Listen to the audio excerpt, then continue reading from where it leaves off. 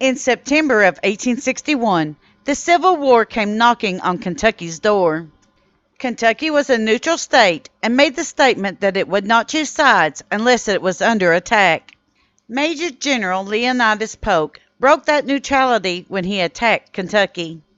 The Big Sandy expedition began when the Union responded when Kentucky called for help. The Big Sandy expedition includes the battles of West Liberty and Hazel Green and Ivy Mountain. These battles took place because the neutrality of the state of Kentucky in the Civil War had ended. We will discuss Kentucky's neutrality and reasons why the state did not want to take sides. Also, we will take a look at the reactions of the Confederacy and Union when the neutrality was broken and Kentucky finally picked a side.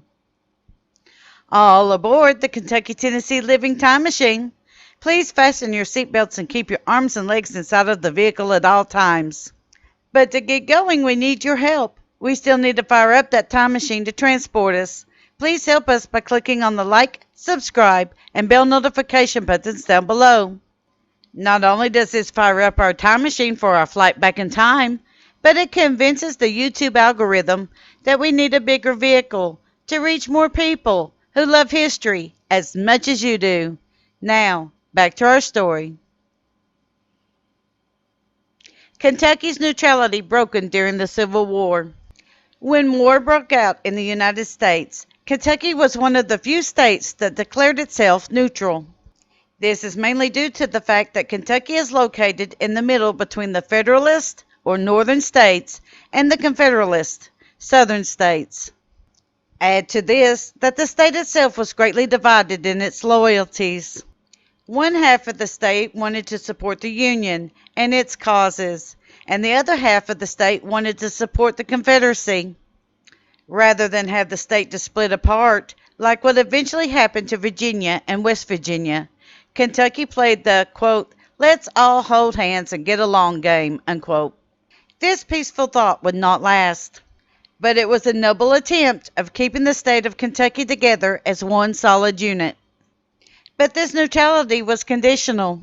Kentucky would stay out of the Civil War as long as neither side tried to take the state by force.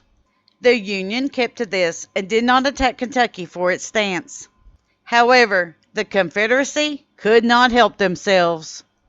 During the first week of September 1861, Major General Leonidas Polk ordered Brigadier General Gideon Pillow to advance and take Hickman, Kentucky.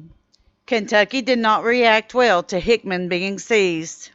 The Kentucky legislature met on September 18, 1861, and approved the introduction of the outside Union troops into its state borders to combat the invading Confederate army. The pro-Confederate legislators stayed away from the vote. Confederate reaction to the vote. On September 19th, Simon Boulevard Buckner would establish a Confederate headquarters at Bowling Green, Kentucky. Buckner was a former commander of the Kentucky State Guard. He would go on to fight at Fort Donelson and would become Kentucky State Governor later in life. He was also part of the Hatfield and McCoy feud. In that, he almost threw the state of Kentucky into another civil war against the state of West Virginia, just 20 years after the war had ended. At the same time, General Felix Kirk Zollicoffer marched from Tennessee to capture Barboursville. Not long after this, he was to arrive at Cumberland Ford with about 3,200 men.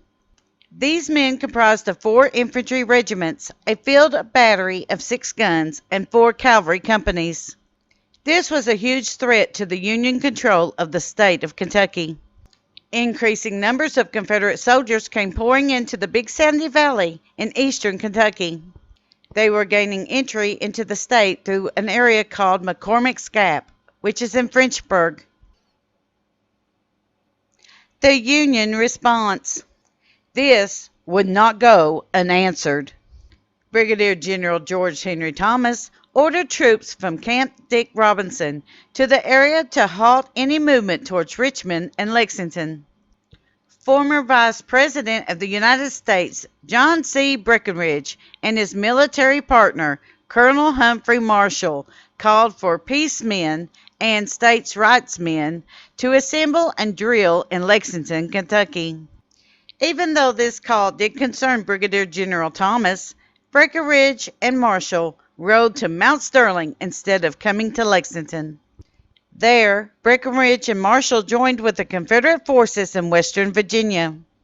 Marshall would go on to take command of the Army of Eastern Kentucky, which would be stationed in Piketon, which is now Pikeville, Kentucky.